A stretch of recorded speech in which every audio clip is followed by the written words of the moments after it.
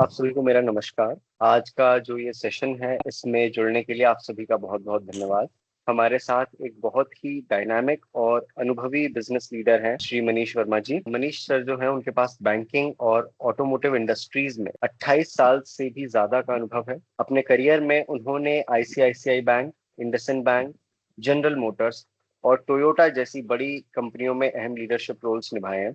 Corporate दुनिया में 2 दशक बिताने के बाद सर ने एंटरप्रेन्योरशिप का रास्ता चुना और आज वो अपने तीसरे वेंचर एंजल ब्लू के को-फाउंडर और सीईओ है। उनका यह प्लेटफॉर्म जो है अर्ली स्टेज स्टार्टअप फाउंडर्स और स्टूडेंट्स को मेंटोरशिप, फंडिंग और बिजनेस में सपोर्ट करता है। अपने बिजनेस के अलावा स्टार्टअप इकोसिस्टम को मजबूत करने के लिए सर कई अहम पदों पर कार्यरत हैं। वो आईआईएम लखनऊ ईआईसी में जो प्रतिष्ठित गोल्डमैन सैक्स का 10,000 वुमेन प्रोग्राम है, उसके तहत एक ग्रोथ स्ट्रेटजिस्ट और मेंटोर भी हैं, जहाँ पे वो महिला एंटरप्रेन्योर्स को आगे बढ़ाने में मदद करते हैं। वे पीएचडी सीसीआई पंजाब, हरियाणा और चंडीगढ़ के स्टार्टअप और एंटरप्रेन्योरशिप फोरम के चेयर हैं। कॉर्पोरेट अफेयर्स मिनिस्ट्री से सर्टिफाइड इंडिपेंडेंट डायरेक्टर के तौर पे वे 2 पब्लिक लिस्टेड कंपनीज के बोर्ड मेंबर भी हैं।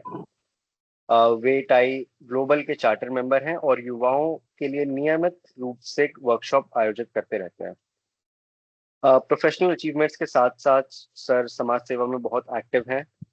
वो कई एनजीओ से जुड़े हुए हैं जो महिलाओं और बुजुर्गों के लिए काम करते हैं। इसके अलावा वे एक बेहतरीन ब्लॉगर और नेशनल लेवल के टेनिस प्लेयर भी हैं, जिन्होंने कई चैंपियनशिप में चंडीगढ़ को रिप्रेजेंट भी किया है। सर की जर्नी और उनका जो अनुभव है वो हम सभी के लिए एक बहुत ही प्रेरणा का स्रोत है। तो आइए हम लोग स्टार्ट करते हैं ये सेशन मनीष वर्मा सर के साथ में। Sir, over to you. Thank you Swaran. I think बहुत बहुत शुक्रिया मुझे इनवाइट करने के लिए। आई थिंक मेरे लिए एक बहुत बड़ा अवसर है आप सबके साथ जुड़ने के लिए। सो मेरा जो आपने इंट्रोडक्शन दिया, आई थिंक बहुत बहुत धन्यवाद उसके लिए। सो आज का हमारे पास, आई थिंक हमारे पास भी कितने रफली टोटल 35 लोग हैं। सो एक हम तो मैंने भी इस तरह सोचा है कि आज एक काम करेंगे कि हम अभी आई थिंक अगले 40-45 मिनट हम जो मेरा टॉपिक है आज का उस पे हम बात करेंगे, ठीक है।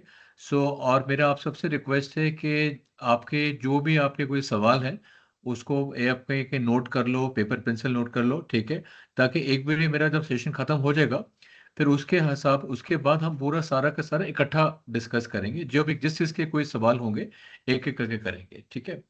तो नॉर्मली मैं जब सेशन ऐसे कंडक्ट करता हूँ तो कैसे करता हूँ कि एक मेरा प्रेजेंटेशन होता है, उसमें कुछ पॉइंट्स होते हैं, उसको हम पूरा विस्तार में से बात करेंगे। तो मैं एक स्क्रीन शेयर कर लेता हूँ। तो आज आई थिंक हम जो आज का जो हमारा टॉपिक है वो बड़ा एक बहुत ही इम्पोर्टेंट और ज़रूरी टॉपिक है। मैं आपको एग्जांपल देता हूँ कि जब भी हम कोई बिल्डिंग बनाते हैं, कोई घर बनाते हैं, कोई कंस्ट्रक्शन करते हैं, तो सबसे पहले उसके नीचे फाउंडेशन जो कहते हैं ना, नींव नींव रखते हैं। तो जब तक हमारी फाउंडेशन जो होती है, नींव स्ट्रांग ना हो, मजबूत ना हो, उसके ऊपर बिल्डिंग हम कभी खड़ी नहीं कर सकते। सो उसी तरह से कोई भी हम बिजनेस करते हैं, कोई वेंचर खड़ा करते हैं, बिजनेस चलाते हैं, छोटा बड़ा मीडियम साइज, उससे फर्क नहीं पड़ता। जब भी हम कोई अपना नया बिजनेस शुरू करते हैं, उसकी नींव रचना, उसकी नींव रखना, स्ट्रांग करना, मजबूत करना बहुत इंपॉर्टेंट है, ठीक है। तो एक बिजनेस के लिए एक जो वेंचर होता है आपका, उसके लिए जो एक चीज होती है बिजनेस मॉडल। तो बिजनेस मॉडल एक तरह से उसकी मजबूत नींव की तरह होता है। तो अभी अगले आज का हमारा जो टॉपिक है वही है कि हमने जितने हमारे एमएसएमईज हैं, जो हमारे माइक्रो स्मॉल मीडियम एंटरप्राइजेस, जो छोटे बिजनेस होते हैं, उनके लिए भी बिजनेस मॉडल किस सिचुएशन में कौन सा होना चाहिए और कैसे करना है, उसकी क्या इंपॉर्टेंस है, वो हम डिस्कस करेंगे। ये आई थिंक मेरा इंट्रोडक्शन दे दिया है, तो इसको मैं आगे आगे चलता हूँ। तो मैं बीच बीच में कुछ सवाल पूछता रहूंगा ताकि थोड़ा इंटरेक्टिव रहे।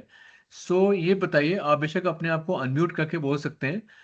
ये हम जो बोलते हैं बिजनेस मॉडल, तो बिजनेस मॉडल होता क्या है? क्या कहते हैं बिजनेस मॉडल? किस चीज को हम बोलते हैं बिजनेस मॉडल, और इसकी क्या अहमियत है? कोई बताना चाहेगा? आप बेशक अपने आप को अनम्यूट करके बताइए, क्योंकि जो हम आज का हमारा टॉपिक है बिजनेस मॉडल होता क्या है, तो इसको ना मैं थोड़ा सा इंटरैक्टिव बातचीत के हिसाब से इसको मैं बात करना चाहूंगा सेशन। सो आपको क्या लगता है कि जब हम बोलते हैं बिजनेस मॉडल, होता क्या बिजनेस मॉडल, इसका क्या मतलब होता है? सर, मेरा नाम राम सिंह रावत है हाँ जी, नमस्कार। और मैं पौड़ी से बिलोंग कर प्रणाम सर। हाँ पौड़ी जी। से बिलोंग करता हूँ और हाँ हम एक जी। सेल्फ हेल्प ग्रुप से हूँ सर, अच्छा, ठीक है। Rising sir. बिजनेस मॉडल से जो मैं समझता हूँ, जो कि हमको अपने आप को, मतलब अपने जो जो भी हम करना चाह रहे हैं उसे कैसे रिप्रेजेंट कर रहे हैं और उसे हम्म। किस वे में हमें लेके जाना है आगे, हमें बेसिकली कंज्यूमर की नीड के हिसाब से चीजें करनी है, या हम्म। कंज्यूमर रखना है या कंज्यूमर को अपने पास लाना है। ये सब चीजें कि कस्टमर सेटिस्फेक्शन, उस बिजनेस मॉडल में ये सब चीजें आती हैं कि हमें जब तक कस्टमर सेटिस्फाइड नहीं होगा तब तक हमारी चीजें जो आगे ग्रोथ नहीं करेंगी। बट हम बिल्कुल क्या ठीक है। प्रोडक्ट लेके तरह से लेकर के जा रहे हैं वो बिल्कुल रिप्रेजेंट ठीक। करना, ये सब चीजें बिजनेस मॉडल है सर। नहीं, बिल्कुल ठीक है, आई थिंक आपका बिल्कुल सोच ठीक है। आई थिंक बिल्कुल ठीक बोला आपने। मैं भी आता हूँ इस पे। और कोई बताना चाहेगा, कोई डिफरेंट नज़रिया हो, किसी का डिफरेंट सोचने का ढंग हो, कोई डिफरेंट तरीका हो बताने का कि बिजनेस मॉडल क्या है और इसकी क्या अहमियत है? और कोई? अच्छा, ठीक है, कोई ना। सो बेसिकली बिजनेस मॉडल क्या होता है, उससे पहले मैं बिजनेस मॉडल से पहले मैं एक चीज़ इस पे डिस्कस करना चाहूँगा। किसी भी हम जब लाइफ में कोई भी काम करते हैं, अपना पर्सनल काम करते हैं या कोई अपना अपना अपना नया बिजनेस शुरू करते हैं, वो एक क्लैरिटी, एक समझदारी होना बड़ा ज़रूरी है। समझदारी किस चीज़ में, कि हम क्या कर रहे हैं, क्यों कर रहे हैं, किसके लिए कर रहे हैं, कैसे कर रहे हैं, कहाँ कर रहे हैं, कब कर रहे हैं। मतलब कि मैं हमारा अगर हम कोई बिजनेस शुरू करते हैं, जब बिजनेस शुरू करते हैं तो उसमें हम करना क्या चाह रहे हैं, कौन हमारा कस्टमर है, उस कस्टमर की क्या रिक्वायरमेंट है, उस कस्टमर की क्या ज़रूरतें हैं, उस कस्टमर की ज़रूरत को हम कैसा पूरा करेंगे, हमारा कंपटीशन में कौन कौन है। ऐसा तो होता नहीं कि हमारे हम सिर्फ हम ही हैं मार्केट में, हमारे अलावा और कौन कौन है मार्केट में, वो कंपटीशन में कौन कौन है। ठीक है। तो अगर देखा जाए एक एक करके देखते हैं, व्हाट का मतलब है कि मैं करना क्या चाहता हूँ, मेरी कंपनी का एक दूर का नजरिया क्या है, विजन क्या है, कौन से आइडिया पे काम कर रहा हूँ, मार्केट की कौन सी जो जरूरत है उसको सॉल्व कर रहा हूँ। ठीक है। मतलब कि मैं क्या प्रॉब्लम सॉल्व कर रहा हूँ मार्केट की। अब जो मैं मार्केट के नीड सॉल्व कर रहा हूँ, कैसे कर रहा हूँ, मेरा सोल्यूशन क्या है उसमें। ठीक है, मेरा प्रोडक्ट क्या चीज़ है। यूएसपी का मतलब होता है यूनिक सेलिंग प्रोपोजिशन का मतलब, अगर मैं हिंदी में बात करूं, मेरे प्रोडक्ट की खासियत क्या है। तो क्यों जो कस्टमर है क्यों मेरे से प्रोडक्ट खरीदेगा, और क्यों ना किसी दूसरे कॉम्पिटिटर पे जाएगा। सपोज मार्केट में ऑलरेडी 10 खिलाड़ी हैं, आपने भी शुरू कर लिया बिजनेस, आप 11वें खिलाड़ी हो, तो कोई भी कस्टमर जो आपका है वो बाकी 10 के पास क्यों नहीं जाएगा और आपके पास क्यों आएगा। ऐसी क्या खासियत है आप में, प्रोडक्ट क्वालिटी अच्छी है, प्राइस अच्छा है, उसका दाम उसका कम है, या उसमें फीचर ज़्यादा हैं, ज़्यादा उसमें सहूलतें दे रहे हैं, या आपने कोई टेक्नोलॉजी उसमें ऐड करी है, या आपने बेचने का तरीका बहुत बढ़िया है आपका, या आपके कस्टमर के सेटिस्फैक्शन बहुत तरीका है। वो ऐसी क्या चीज़ है जिसके कारण कस्टमर आपके पास आएगा और किसी और दूसरे के पास नहीं जाएगा। एंड में होता है व्हाट में, जीटीएम मतलब गो टू मार्केट। मतलब इसका साफ साफ का बोलूं, आपकी सेल्स और मार्केटिंग स्ट्रैटेजी क्या है। अभी हम इसमें आगे बात करेंगे, तो मैं भी आगे बात करूंगा कि सेल्स क्या होता है, मार्केटिंग क्या होता है, बिकॉज ये सारा समझना बहुत जरूरी है कि हम करना क्या चाह रहे हैं। फिर हु का मतलब हो गया मेरा कौन कस्टमर है। इंडिया की आबादी है 140 करोड़, तो मैं ये तो नहीं बोल सकता कि 140 करोड़ के सारे लोग मेरे कस्टमर हैं। हाँ ठीक है, कोई भी खरीद सकता है, लेकिन मैं अपनी तरफ से, अगर मेरा एक छोटा सा एक मेरा दुकान है या मेरा बिजनेस है देहरादून में या अल्मोड़ा में या रुड़की में, यहाँ पर कहीं पर, तो मैं कौन मेरा कस्टमर है। ठीक है। मेरा कंपटीशन कौन है, मेरी टीम में कौन कौन है। हाउ का मतलब है कैसे, मैं अपने कंपटीशन से कैसे अलग हूं, मैं पैसा कैसे कमाऊंगा। देखो, एनजीओ तो चला नहीं रहे, सरकार तो आएगी नहीं मुझे पैसे देने, मुझे अपना घर खुद चलाना है, मुझे अपना बिजनेस खुद चलाना है, तो पैसा कैसे कमाऊंगा? तो जो मैं कहानी रच रहा हूँ, जो मैं तामझाम खड़ा कर रहा हूँ, दुकान खोली, सामान बनाया, कस्टमर को दिया, पैसा कमाना है ना मुझे। तो पैसा कैसे कमा रहा हूँ मैं? मार्केट कितनी बड़ी है? जब मैं बोलता हूँ मार्केट कितनी बड़ी है, उसका मतलब होता है कि अगर इंडिया की आबादी 140 करोड़ है, तो 140 करोड़ में से कितने लोग हैं जो मेरा प्रोडक्ट खरीदने के लायक हैं। अब जैसे अगर मैं सपोज कल को बोलता हूँ कि मुझे एक बिस्किट बनाने की कंपनी शुरू करनी है, तो कितने लोग हैं जो मेरे बिस्किट खरीद सकते हैं? अंदाजा मार्केट कितनी मिलती है। फंडिंग रिक्वायर्ड, मतलब कि आज मैं शुरू कर रहा हूँ बिल्कुल अपने पैसे से, मुझे कल को बड़ा करना है, इसको और बड़ा करना है। बैंक, गवर्नमेंट, सरकार की तरफ से जो मुझे सीड फंड मिलता है, ग्रांट मिलता है, वो खत्म हो गया। मुझे लोन लेना है, उसके लिए मुझे प्रॉपर्टी देनी पड़ेगी, उस पर गिरवी रखनी पड़ेगी, या फंडिंग। तो फंडिंग एक अलग चैप्टर है, अलग से बात करेंगे कि मुझे बिजनेस के लिए कितना पैसा चाहिए और कैसा पैसा चाहिए। फिर है वाई, मतलब क्यों। इसका मतलब यह है कि कस्टमर, जैसे मैंने पहले बोला, मेरे पास क्यों आएगा? बाकी जो 10 खिलाड़ी उनके पास क्यों नहीं गया, मेरे पास क्यों आएगा? वेयर का मतलब है कहाँ, मुझे कहाँ से शुरू करना है।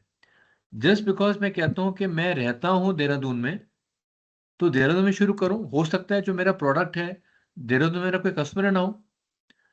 रुड़की मेरा कस्टमर है, रुड़की में, मैं रहता हूं देहरादून में, तो जहां पर कस्टमर है मुझे वहां शुरू करना है।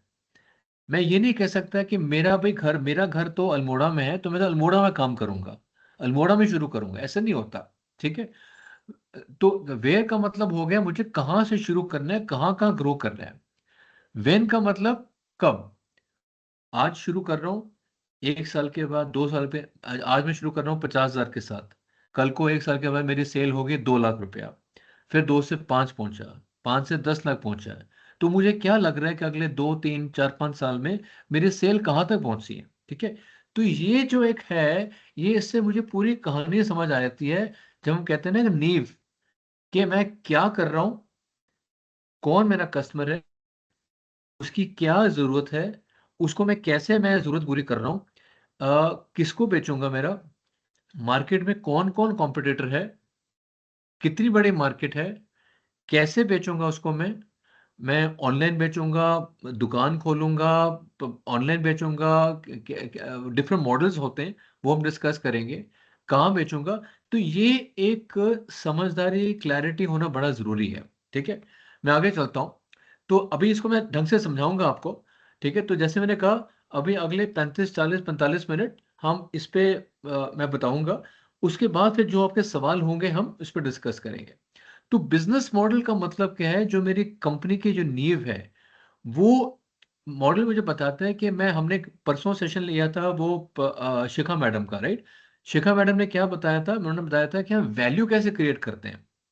तो बिजनेस मॉडल बताता है वैल्यू कैसे क्रिएट करते हैं, पैसा कैसे कमाना है, कस्टमर को मैंने कैसे टारगेट करना है, मुझे मार्केटिंग कैसे करनी है, सेलिंग कैसे करनी है, मार्केटिंग कैसे करनी है, अपने आप को दूसरों के हिसाब से कैसे अलग रखना है। ठीक है। तो इस सब का क्या फायदा होता है? उससे मुझे क्लैरिटी मिलेगी कि मुझे कब, कहाँ, कैसे कैसे करना है, लोगों को मैं बता सकता हूँ।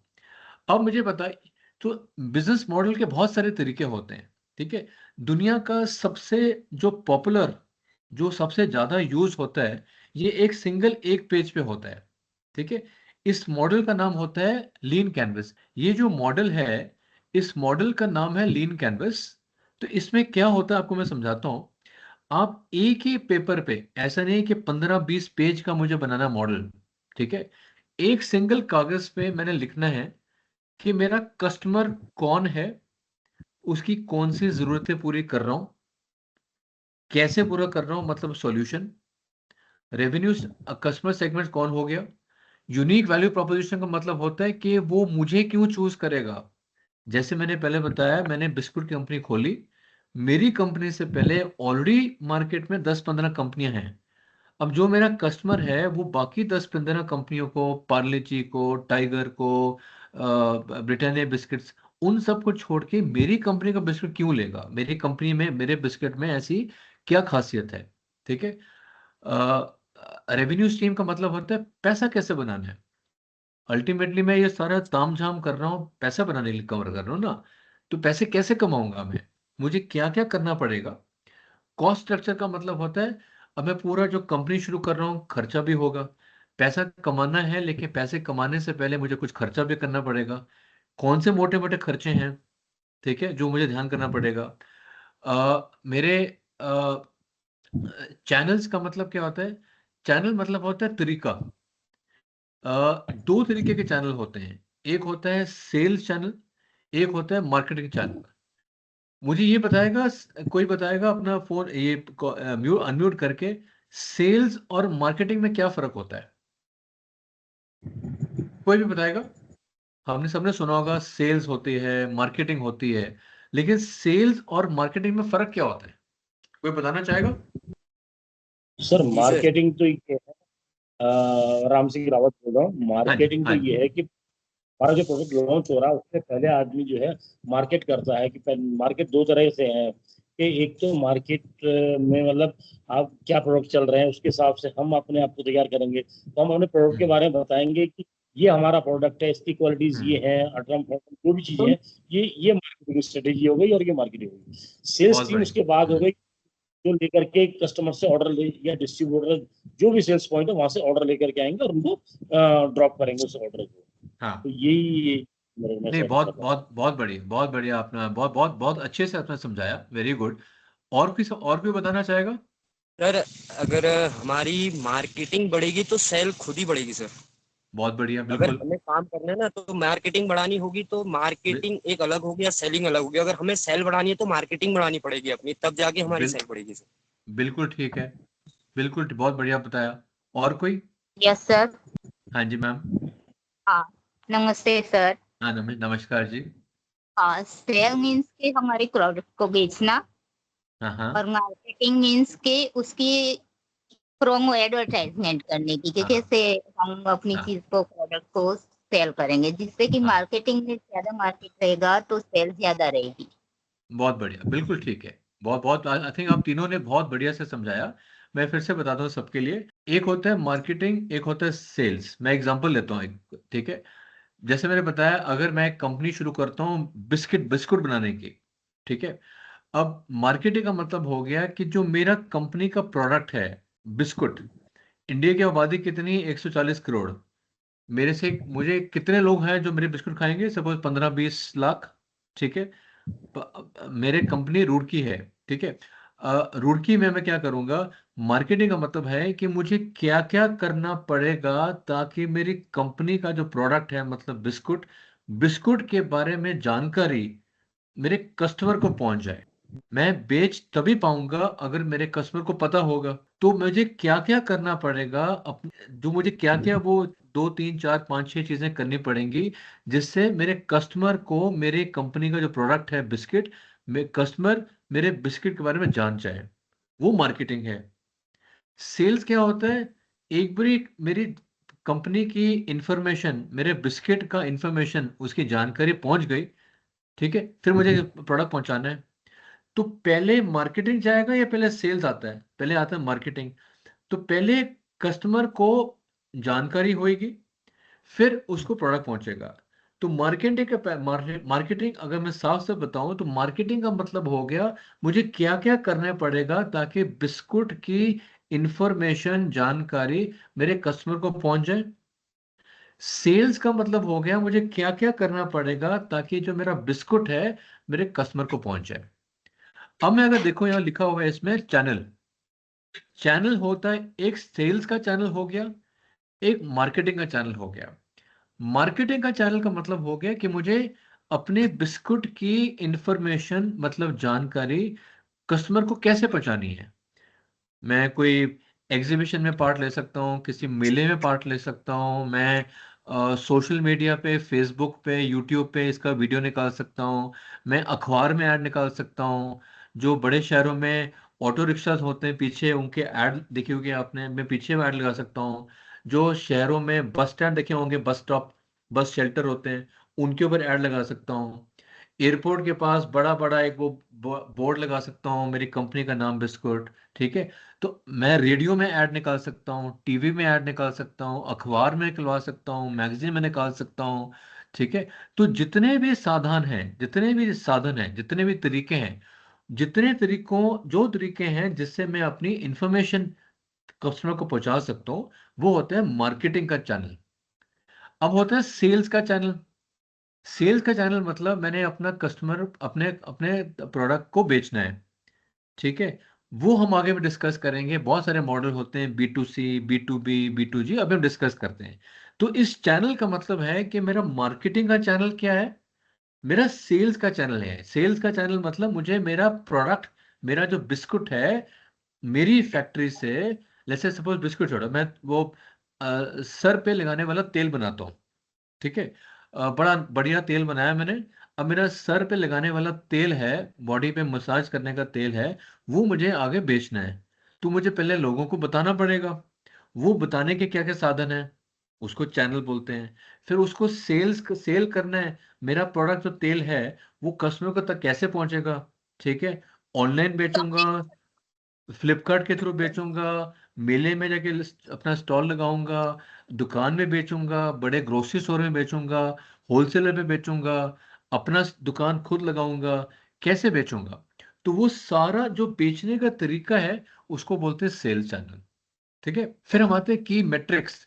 मैट्रिक्स का मतलब क्या होता है, अब मुझे सपोज मैंने तेल बनाया, मुझे बेचना है। अब मुझे कैसे पता कि कंपनी मेरी ठीक चल रही है कि नहीं चल रही। मैंने सपोज रुड़की से देहरादून जाना है, मुझे 5 घंटे में पहुंचना है। अब मुझे कैसे पता पहुंचना है, तो मैं क्या क्या चेक करूंगा जिससे मेरे को लगेगा पता कि मेरा स्पीड ठीक है। मैं स्पीड चेक करता रहूंगा, ट्रैफिक देखता रहूंगा, गाड़ी में पेट्रोल डीजल है कि नहीं है देखूंगा, ठीक है। हर घंटे में गाड़ी कितनी मूव करी। तो जो जो चीजें मेरे को देखनी पड़ेंगी जिससे मेरे को मिलता रहेगा कि मेरी गाड़ी की स्पीड ठीक है कि नहीं, उसी तरह वो कंपनी हर रोज मुझे क्या क्या चीजें हर रोज देखनी पड़ेंगी।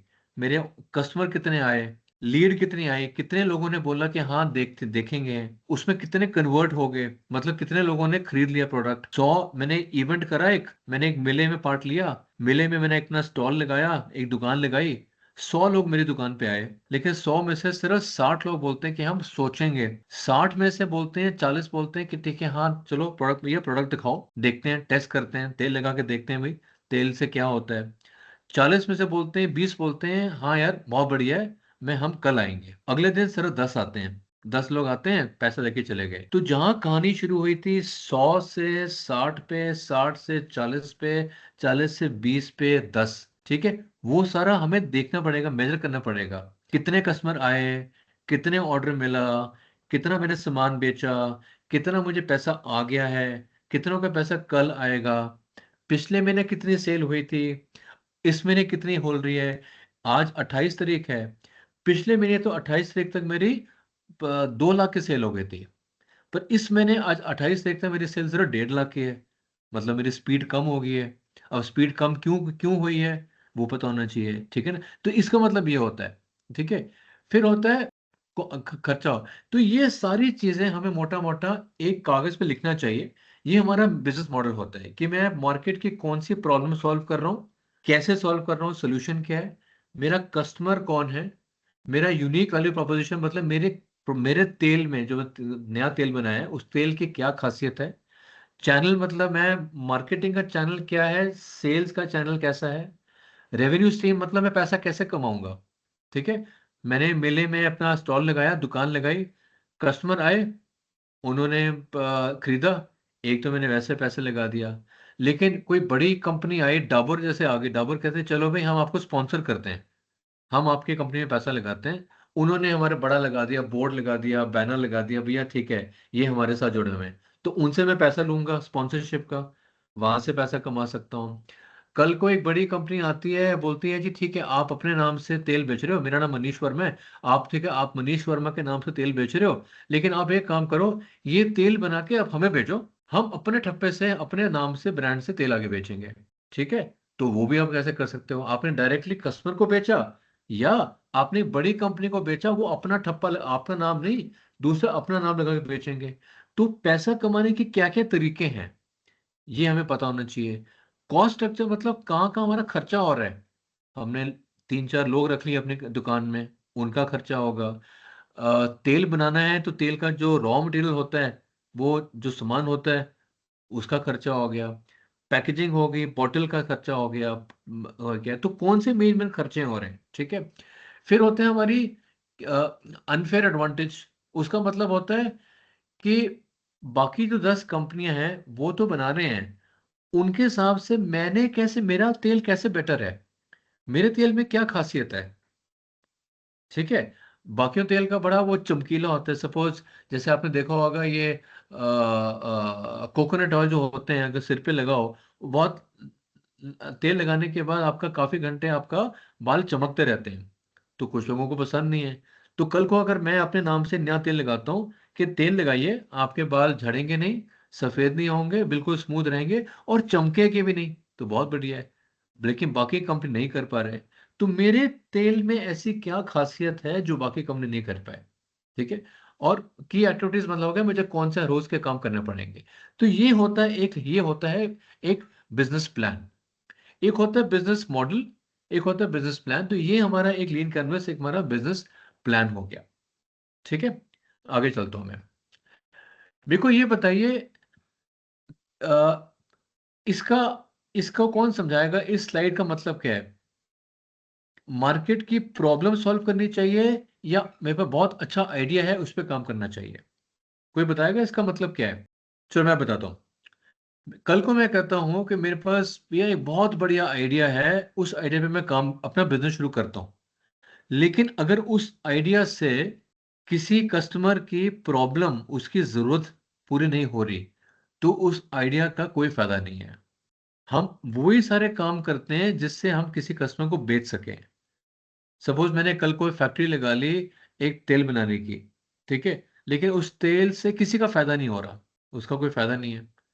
वो मैं किसी की प्रॉब्लम को सॉल्व नहीं कर रहा हूँ, किसी की जरूरत को मैं सॉल्व नहीं कर रहा हूँ।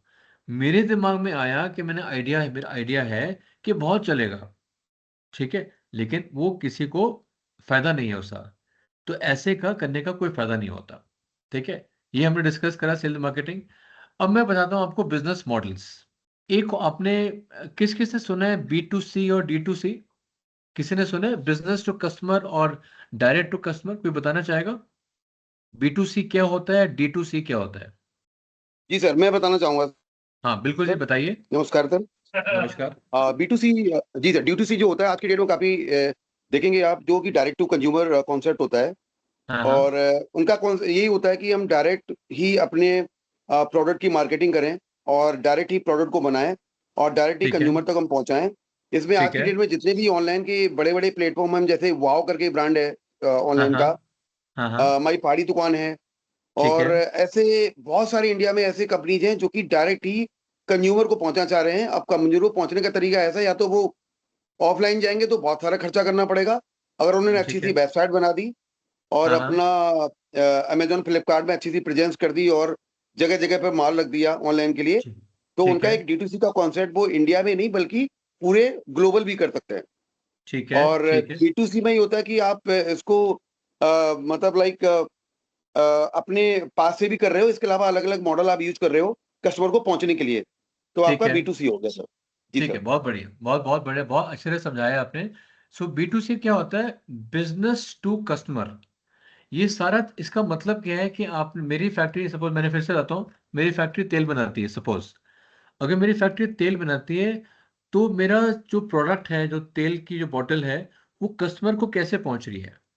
अगर तो मैंने फैक्ट्री से एक दुकान को पहुंचा, दुकान से कस्टमर को लिया, उसको बोलते हैं B2C, बिजनेस टू कस्टमर। ताकि उसमें कोई बड़े बड़े होलसेलर, डिस्ट्रीब्यूटर, जो बड़े बड़े एजेंट्स होते हैं वो नहीं होते, ठीक है। सपोज कल को क्या कहते हैं कि एक कंपनी है टोयोटा, वो गाड़ी बनाती है, कंपनी की फैक्ट्री कहाँ है, बेंगलोर, ठीक है। अब लेकिन उसको उसने बैंगलोर से फैक्ट्री से गाड़ी बना के उसने बेचनी है रुड़की में। अब रुड़की में कैसे बेचेगा, तो रुड़की में एक शोरूम खोलेगा, फैक्ट्री से सामान आएगा रुड़की के शोरूम में, तो शोरूम में जाके आप गाड़ी खरीद सकते हो। ये होता है B2C, बिजनेस टू कस्टमर। एक होता है D D direct to customer. उसका मतलब क्या होता है, अगर मेरी फैक्ट्री से सामान जा रहा है सीधा कस्टमर को, बीच में कोई दुकान नहीं है, कोई एजेंट नहीं है, कोई मेला नहीं है, कोई एग्जीबिशन नहीं है, कोई शोरूम नहीं है, कोई कुछ नहीं है। सीधा फैक्ट्री से सामान जाता है कस्टमर को, उसको बोलते हैं D2C, डायरेक्ट टू कस्टमर। लेकिन इसमें क्या होता है, इसमें कैश पेमेंट नहीं कर सकते आप, बहुत मुश्किल होती है। तो इसमें आपकी ऑनलाइन, सारा का सारा ऑनलाइन पेमेंट होती है। इसमें कस्टमर को सस्ता भी पड़ता है। क्यों? बीच में जो खर्चे होते हैं सारे आपके दुकान के, शोरूम के, एजेंट के, उनके अपने खर्चे, उनकी सैलरीज, उनका बिजली का, उनका सारा वो पूरा तामझाम होता है, वो सारा कम होता है। तो D2C हमेशा तब यूज करते हैं, अभी इसमें आऊंगा मैं आगे कि कब हमने क्या यूज करना है। D2C हम तब करते हैं कि अगर, देखो देखो, अगर मैंने अपना तेल बेचा एक शोरूम को, एक दुकान को, दुकान ने आपको बेचा, दुकान ने जब आपको बेचा तो उसका एक्सपीरियंस कैसा रहा, वो मैं कंट्रोल नहीं कर पाऊंगा। मेरी फैक्ट्री तो दिल्ली में है, मैं सामान तो बेच रहा हूँ रुड़की में। मैंने दिल्ली से सामान भेज दिया आपके रुड़की में। आप रुड़की के शोर दुकान पे गए, आपने खरीदा। मैंने पूरी कोशिश करी कि मेरा कस्टमर को मैं एक अच्छी सर्विस दूं, लेकिन जो दुकानदार था उसने बहुत गड़बड़ कर दी। तो सारा का सारा जो कस्टमर सेटिस्फेक्शन है उसका, जो उसको वो खुश है या नहीं खुश है, वो डिपेंड किस पे करता है? वो डिपेंड करता है दुकानदार पे। D2C मॉडल में क्या होता है, उसमें कोई दुकानदार नहीं है। तो इसमें जो रिमोट कंट्रोल है मेरी कंपनी का, मेरे कस्टमर के खुश होने का, वो रिमोट कंट्रोल जो है मेरे हाथ में है। उसकी सारी ब्रांडिंग, उसकी सारी एडवर्टाइजिंग, उसका सारा खर्चा, उसका सारा, वो मैं ही हुआ है। तो जो अच्छा है वो भी मेरा है, जो बुरा है वो मेरा है। तो D2C में क्या होता है, हमेशा कंपनी का, आपका सपोज आपका बिजनेस D2C में, आपके पास पूरा का पूरा कंट्रोल रहेगा। आप डायरेक्टली कस्टमर को भेज सकते हैं, बीच में कोई एजेंट नहीं है, एक एजेंट, दो एजेंट। B2C में क्या होता है, बीच में एजेंट आता है, उसमें आपकी फेस टू फेस इंटरेक्शन भी होती है। ठीक है, उसमें फायदा क्या है कि कस्टमर जा सकता है वहां पर दुकान पे, आपने कुछ नया, नई आपकी अपनी कंपनी कपड़े बनाने की है, कस्टमर क्या दुकान पे, उसने शर्ट पैंट पहन के देखा, नहीं पसंद आया, साइड पे कर दिया। दूसरा देखा, रंग अच्छा है, मटेरियल अच्छा है, उसको कपड़े का वो जांच है उसको अच्छी, अच्छा लगा, उसने खरीद लिया। तो B2C का फायदा तब होता है कि अगर आपका प्रोडक्ट है, आप कस्टमर को पहले उसको आप चेक करवाना चाहते हो, पे जाओ भैया, पैंट कमीज पहन के देखो, जूते पहन के देखो, आपको खाना खाना है उसको आप फील कर सकते हो, फ्रूट्स हैं जैसे, ठीक है। D2C तब होता है अगर आपको ज्यादा फील करने की जरूरत ना हो, आप ज्यादा कंट्रोल रखना चाहते हो अपने पास। पेमेंट आपका, पेमेंट डिजिटली आ जाएगा आपका, यूपीआई के गूगल पे के थ्रू, पेटीएम के थ्रू पेमेंट आ सकती है, नेट बैंकिंग के थ्रू पेमेंट आ सकती है। ठीक है, तो ये हो गया आपका B2C और D2C। B2B क्या होता है, कोई बताएगा? Business to business. चलो ठीक है, मैं बताता हूँ। B2B होता है, अब B2C क्या था, मेरी कंपनी का तेल या बिस्कुट या जूता जो भी है, मैंने कस्टमर को बेचा। अगर दुकानदार के थ्रू बेचा, मेले के थ्रू बेचा, कोई दुकान लगाई, वो हो गया मेरा B2C। डायरेक्टली बेचा वो हो गया D, डायरेक्ट। B2B क्या होता है, मेरा सामान जो प्रोडक्ट है वो मैं आगे कस्टमर को नहीं बेच रहा, मैं आगे एक और कंपनी को बेच रहा हूँ। ठीक है, अब उसके एग्जांपल क्या है मैं बताता हूँ आपको। B2C में दुकान के थ्रू कस्टमर को गया, डी फॉर दिल्ली। D2C में डायरेक्टली चला गया कस्टमर को। लेकिन B2B में क्या होता है, बिजनेस टू बिजनेस। मैं बिजनेस चला रहा हूं, मेरा सामान जो है मैंने एक और बिजनेस को बेचा, और उसने फिर आगे किसी और को बेचा। ठीक है, एग्जाम्पल क्या होते हैं, अब B2B बहुत सारे टाइप के होते हैं। एक होता है मेरा प्रोडक्ट, जैसे सपोज एक आप मार्केट से जाके खरीदते हो, कमीज खरीदते हो, कमीज में बटन लगे हुए हैं, कॉलर है, सब कुछ है। ठीक है, कमीज बनाने की क्या जरूरत है, अब उसके कमीज बनाने के लिए क्या क्या जरूरत है, एक कपड़ा होना चाहिए, कपड़े के लिए पहले क्या क्या चाहिए होता है, एक धागा होना चाहिए। तो सपोज मेरी कंपनी धागा बनाती है, मैंने धागा बनाया, एक और कंपनी को बेचा जो कपड़ा बनाती है, तो वो बिजनेस टू बिजनेस हो गया। अब वो जो कंपनी है जो कपड़ा बनाती है, वो क्या करेगी, वो कपड़ा बना के आगे तीसरी कंपनी को बेचेगी जो शर्ट पैंट बनाती है। ठीक है, तो मैंने धागा बनाया, मैंने बेचा एक कंपनी को जो कपड़ा बनाती है, बिजनेस टू बिजनेस, उसमें कस्टमर नहीं है। अब ये जो कंपनी कपड़ा बनाती है उसने क्या करा, आगे बेच दिया एक बड़ी दूसरी कंपनी को जो आगे शर्ट पैंट स्वेटर बनाती है। ठीक है, बिजनेस टू बिजनेस। जब शर्ट पैंट रेडी होगी वो आगे जाएगा आगे कस्टमर को, आप खरीदेंगे, मैं खरीदूंगा, वो फिर बिजनेस टू कस्टमर हो गया। ठीक है, तो ये एक एग्जांपल। तब आपके पास कोई प्रॉपर एक फिजिकल एक प्रोडक्ट होता है, एक ये हो गया एग्जांपल। दूसरा हो गया आपका सर्विस बेस्ड B2B। ठीक है, सपोज एक बड़ी कंपनी है, आपने नाम सुना होगा अग्रवाल ट्रेवल्स, जो कि बड़े बड़े ट्रक्स हैं इनके, उनके बड़े बड़े आपके आपके गति ट्रेवल्स, आपके बहुत सारे ऐसे कंपनीज हैं, वो ट्रक चलाते हैं, सामान पूरे दुनिया में, पूरे इंडिया में, यहाँ से वहाँ, दिल्ली से कलकत्ता, कलकत्ता से बम्बई, बम्बई से श्रीनगर, जगह जगह भेजते हैं। कुछ उनके अपने ट्रक होते हैं, कुछ उनके किसी और के ट्रक होते हैं। मेरा एक ट्रक है, मैं अपना ट्रक की सर्विस गति को देता हूँ, तो गति ने मेरे से मेरा ट्रक हायर कर लिया। तो मैंने ट्रक की सर्विस, आपने सामान मूव शिफ्ट करना है दिल्ली से कलकत्ता, तो मैंने आपको नहीं दिया, मैंने एक बड़ी कंपनी को दिया, उन्होंने मेरा ट्रक यूज करके सामान भेजा। तो यहाँ फिजिकल प्रोडक्ट नहीं है, यहाँ सर्विस दी मैंने, राइट। तो सर ये होता है एक सर्विस बेस्ड B2B। एक होता है आपका SaaS, आपने शायद नाम सुना होगा, सॉफ्टवेयर एज ए सर्विस, जो कंपनीज बनाती हैं सॉफ्टवेयर। जो कुछ सॉफ्टवेयर होते हैं जो हम डायरेक्टली हम खुद यूज कर सकते हैं घर पे, ठीक है। कुछ सॉफ्टवेयर होते हैं जो एक कंपनी, जैसे माइक्रोसॉफ्ट 365 सॉफ्टवेयर है, ठीक है, वो सॉफ्टवेयर बना के दूसरी कंपनी को सप्लाई करते हैं।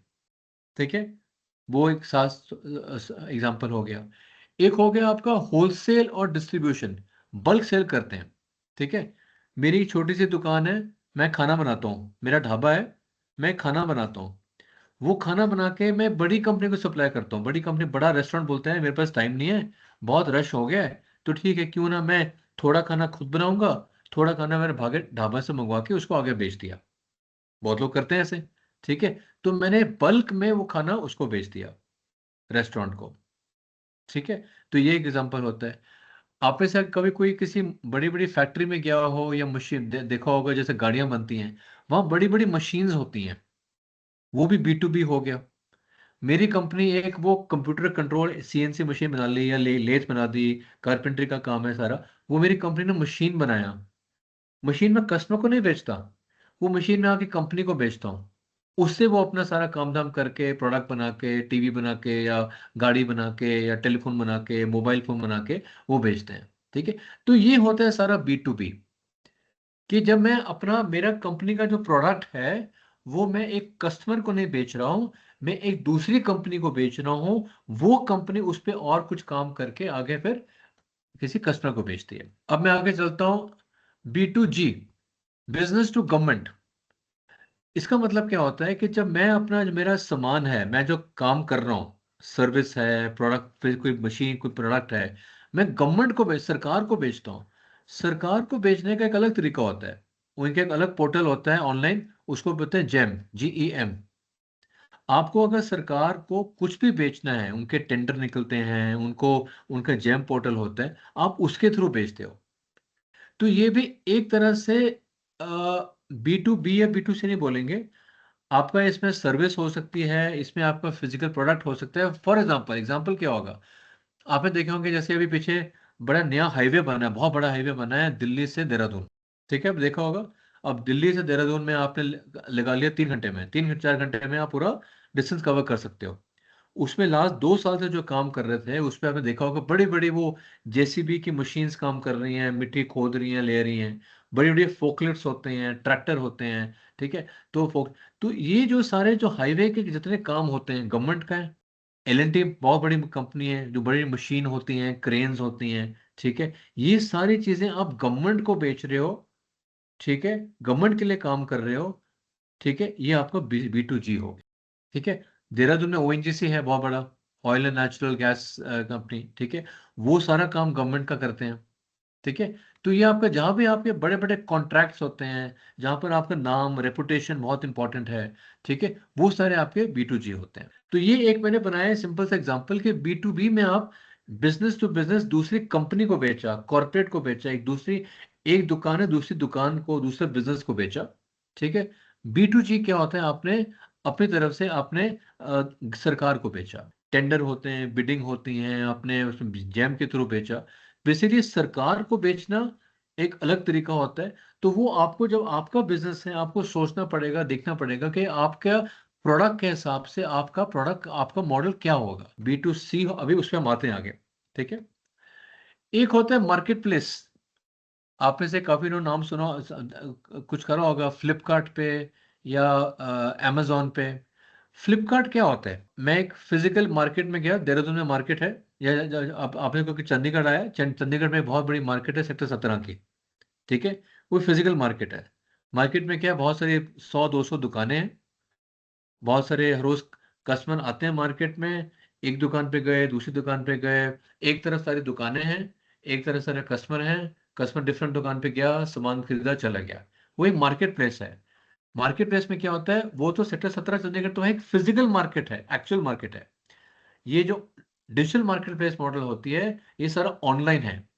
जैसे फ्लिपकार्ट है, फ्लिपकार्ट में क्या होता है, एक आपका ऑनलाइन पोर्टल है, एक वेबसाइट है। वहाँ दुनिया दुनिया में जितने आपके बड़े, आपके जितने आपके वो आपके जैसे दुकानदार हैं, जो आपके जैसे सामान बेच रहे हैं, सारे सप्लायर हैं, एक तरह सारे कस्टमर हैं। तो मुझे कोई शर्ट पैंट खरीदनी है, मैं फ्लिपकार्ट मॉडल में जाऊंगा, लॉगिन करूंगा, अपना नाम डालूंगा, मुझे शर्ट खरीदनी है, मैं टाइप करूंगा, जो सामान खरीदना है उस दुकान पे जाऊंगा, ऑनलाइन खरीदूंगा, पेमेंट करूंगा और बाहर निकल जाऊंगा। ये होता है मार्केट प्लेस, ठीक है। इसमें आपका कोई नीचे वो नहीं होता, नीचे कोई दुकानदार नहीं है, सीधा कंपनी से मार्केट प्लेस। मैं मार्केट प्लेस पे गया, मैंने लॉगिन करा, जरूरत डाली मुझे क्या चाहिए, मैंने सिलेक्ट करा, मुझे जूता खरीदना है, सिलेक्ट करा कौन सा जूता खरीदना है, वहां से अपना मैंने पेमेंट करी, सीधा मेरे घर पे आ जाएगा। ये होता है मार्केट प्लेस। एक होता है एग्रीगेटर। देखो ये, अब जैसे मार्केट प्लेस में आपका हो गया, जैसे आपका ये डिजिटल, आपके हाथ, आपने ये देखे हैं, आपने दिल्ली हाट देखा है, यहाँ पे हाट बाजार होते हैं, ये मार्केट प्लेस है। इंडिया मार्ट, ये सारे मार्केट प्लेस हैं। अब आपने नाम सुना होगा ये ओला उबर, आप कहेंगे कि ये भी मार्केट प्लेस है। ये मार्केट प्लेस नहीं है, मार्केट प्लेस जैसा है। एक बड़ा ये फेमस है home stay association, Rudraprayag, Prayag, ठीक है। ये एग्रीगेटर है। एग्रीगेटर और मार्केट प्लेस में क्या फर्क होता है? मार्केट प्लेस में तो हो गया ना कि आपका एक मार्केट है, दुनिया भर के आपके यहाँ से आपके सप्लायर हैं, दुकानदार हैं। मुझे जूता खरीदना है, तो मैं फ्लिपकार्ट पे गया, सिलेक्ट करा, मैंने रीबॉक डाला, रीबॉक का जूता आ गया। एग्रीगेटर पे क्या होता है, सेम चीज, दुनिया भर के हैं। अब जैसे ओला है, उबर है, ठीक है, ओयो ओयो है। मैंने उबर के मैं ओयो का, ओयो तो एक कंपनी हो गई। ओयो कंपनी में आपके इंडिया में 700-800 1000 डिफरेंट होटल है। तो मैं उस होटल में जाते रहता हूँ, तो उस होटल के नाम से नहीं होगा, वो ओयो के होटल होगा। मैं जब ओला उबर टैक्सी मंगवाता हूँ, ठीक है, वो है तो मार्केट प्लेस, डिफरेंट ड्राइवर हैं, इकट्ठे हो गए। लेकिन जब मेरे पास टैक्सी आती है, वो रामलाल श्यामलाल के नाम से नहीं आती है। मेरा नाम मनीष वर्मा, ड्राइवर हूँ, मनीष वर्मा के नाम से ड्राइवर नहीं, टैक्सी नहीं आती है। वो एक कॉमन नाम से आती है, ओला, उबर। मुझे जोमेटो के थ्रू कुछ खाना ऑर्डर करना है, ठीक है, मैंने सपोज हल्दीराम से खाना ऑर्डर करा, ठीक है। तो जब लेके मेरे पास जब खाना आता है, वो जोमेटो से आता है, जोमेटो का आदमी लेके आता है, ठीक है ना। तो वो फर्क होता है। मार्केट प्लेस में क्या होता है, मार्केट प्लेस में आपका जो सामान आता है उस कंपनी के नाम से आता है, मनीष वर्मा के नाम से आएगा, ठीक है, रामलाल श्यामलाल के नाम से आएगा, ठीक है, अमित के नाम से आएगा, गौतम के नाम से, जिनके जिस कंपनी से आ रहे हैं उस नाम से आएगा। एग्रीगेटर में क्या आएगा, डिफरेंट नाम है, लेकिन वो एग्रीगेटर ओला के नाम से आएगा, उबर के नाम से आएगा। मैं कलकत्ता में चले जाऊं या दिल्ली में चले जाऊं या बॉम्बे में चले जाऊं, अगर मैं किसी होटल में रह रहा हूँ, वो होटल जो है ओयो, वो ओयो का नहीं है, उन्होंने उनके साथ पार्टनरशिप करी है, लेकिन मेरे लिए वो ओयो का होटल है ना। तो ये फर्क है। तो ये एक फर्क है मार्केट प्लेस और एग्रीगेटर में। मार्केट प्लेस में क्या होता है, बहुत सारे डिफरेंट डिफरेंट सप्लायर, दुकानदार, शोरूम वाले, जो सेलर होते हैं आपके जैसे, वो अपने नाम से रजिस्टर होते हैं। एग्रीगेटर में क्या होगा, सपोज कल को आपका एक छोटा सा होटल है, मार्केट प्लेस में मैं आपके होटल में आऊंगा आपके नाम से, एग्रीगेटर में क्या आएगा, मैं आपके होटल में आऊंगा ओयो के नाम से, ठीक है। मार्केट प्लेस का फायदा क्या होता है, ठीक है, कस्टमर अपने आप को, अपना सेलर खुद चूज करता है। मुझे जूता खरीदना है, मैं रिबॉक लूंगा, नाइकी लूंगा, कोई बाटा का जूता ले लूंगा, एक्शन का लूंगा, लिबर्टी का लूंगा, ठीक है। लेकिन एग्रीगेटर में मुझे उस कंपनी के नाम का जूता मिलेगा मुझे। मार्केट प्लेस में क्या होता है, मेरा मार्केट प्लेस है फ्लिपकार्ट, ठीक है। मैंने सामान बेचा 100 रुपए का, मैंने कीमत है उसकी 100 रुपए की, कस्टमर ने दिया 115 रुपया, बीच का 15 रुपया फ्लिपकार्ट को मिल गया, ठीक है। एग्रीगेटर में क्या होता है, जो एग्रीगेटर होता है ओयो ओयो ओला उबर, प्राइस वो डिसाइड करता है, ठीक है। तो ये इसमें फर्क है यहाँ पर। हाइब्रिड मॉडल क्या होता है कि आपको कभी कभी लगता है कि सिर्फ एक मॉडल नहीं चलेगा, मुझे B2C भी करना है, D2C भी करना है। अब जैसे आपका अमूल है, ठीक है, अमूल का मॉडल आपका B2C भी है, ठीक है, इनके कोऑपरेटिव के थ्रू भी चलते हैं उनके, इनका D2C भी है। आपने अगर कोई यूज नाम सुना होगा, बोट कंपनी है जो बनाते हैं वो इलेक्ट्रॉनिक्स, घड़ियां भी हैं, इनके हेडफोन्स भी हैं, ईयरफोन्स भी हैं। उन्होंने जब शुरू करा था इंडिया में, उन्होंने शुरू करा था ऑनलाइन सिर्फ, वो किसी दुकान के थ्रू, शोरूम के थ्रू अपना बोट का सामान नहीं बेचते थे। उन्होंने शुरू किया था हेडफोन के थ्रू, बड़े बड़े जो होते हैं ना ऐसे हेडफोन होते हैं, उन्होंने उससे शुरू करा था। उसके बाद उन्होंने फिर दुकानों को बेचना शुरू कर दिया। तो आज बोट का हाइब्रिड मॉडल है, डिफरेंट है, ऑनलाइन भी बेचते हैं, दुकान के थ्रू भी बेचते हैं, ठीक है। तो उससे फायदा क्या होता है, आप सिर्फ एक मॉडल पर डिपेंड नहीं करते हो, कल को आप चाहो तो आपका रेवेन्यू और बढ़ सकता है, ठीक है। एक एग्जांपल लेते हैं, हमने डिस्कस किया था ना ये लीन कैनवस। अब हमारे पास टाइम है ना अभी, हाँ अभी तो हाँ टाइम है। लीन कैनवस ये जो है अल्मोड़ा में, आपने आई एम श्योर आप सबने सुना होगा, अल्मोड़ा में ये है, पिकल कोऑपरेटिव है, इनका B2C मॉडल है।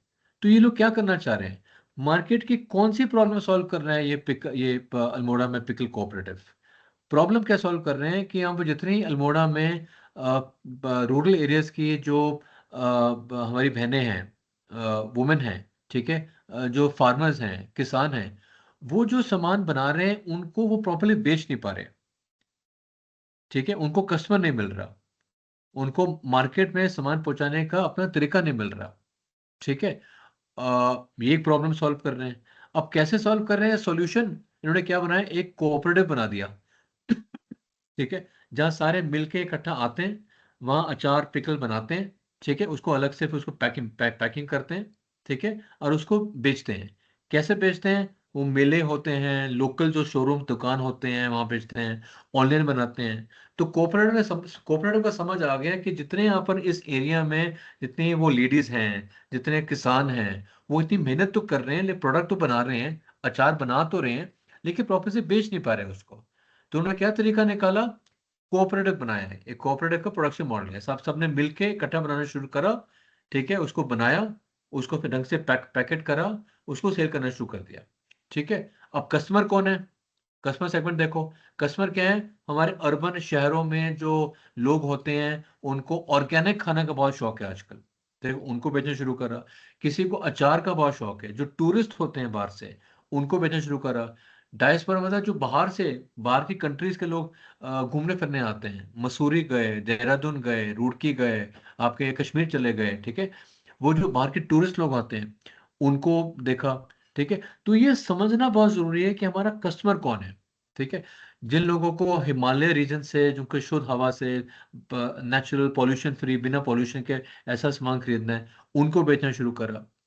यूनिक वैल्यू प्रोपोजिशन का मतलब क्या होता है, मेरे प्रोडक्ट में खासियत क्या है, ठीक है। तो उसमें मैंने हिमालयन का एक टच दे दिया, ठीक है, ऑथेंटिक मतलब बिल्कुल असली, खुद से हैंडमेड, घर का बना हुआ अचार।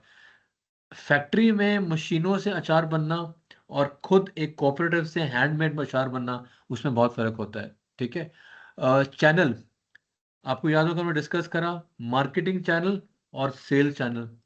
तो कौन से चैनल है, हमने लोकल मार्केट में बेचा, मेले जो होते हैं, एग्जीबिशन होते हैं, वहां बेचना शुरू करा, जो कोऑपरेटिव आउटलेट्स होते हैं बड़े बड़े जो होते हैं वहां पर बेचना, ई कॉमर्स के थ्रू, amazon के थ्रू, फ्लिपकार्ट के थ्रू, इंडिया मार्ट के थ्रू हमने बेचना शुरू करा, ठीक है। सोशल मीडिया, इंस्टाग्राम, आप में से कुछ लोग हो गए इंस्टाग्राम में सेलिंग करते हो गए, इंस्टाग्राम में आजकल बहुत सारी सेल्स होती हैं, उसके थ्रू मैंने कहानी सुनानी शुरू करी, ठीक है, मैं क्या करता हूँ, ये अचार बनाया है, किस टाइप का है, आम का है, अदरक किसका है, नींबू का अचार है, गाजर का है, वो बनाना शुरू करा, ठीक है।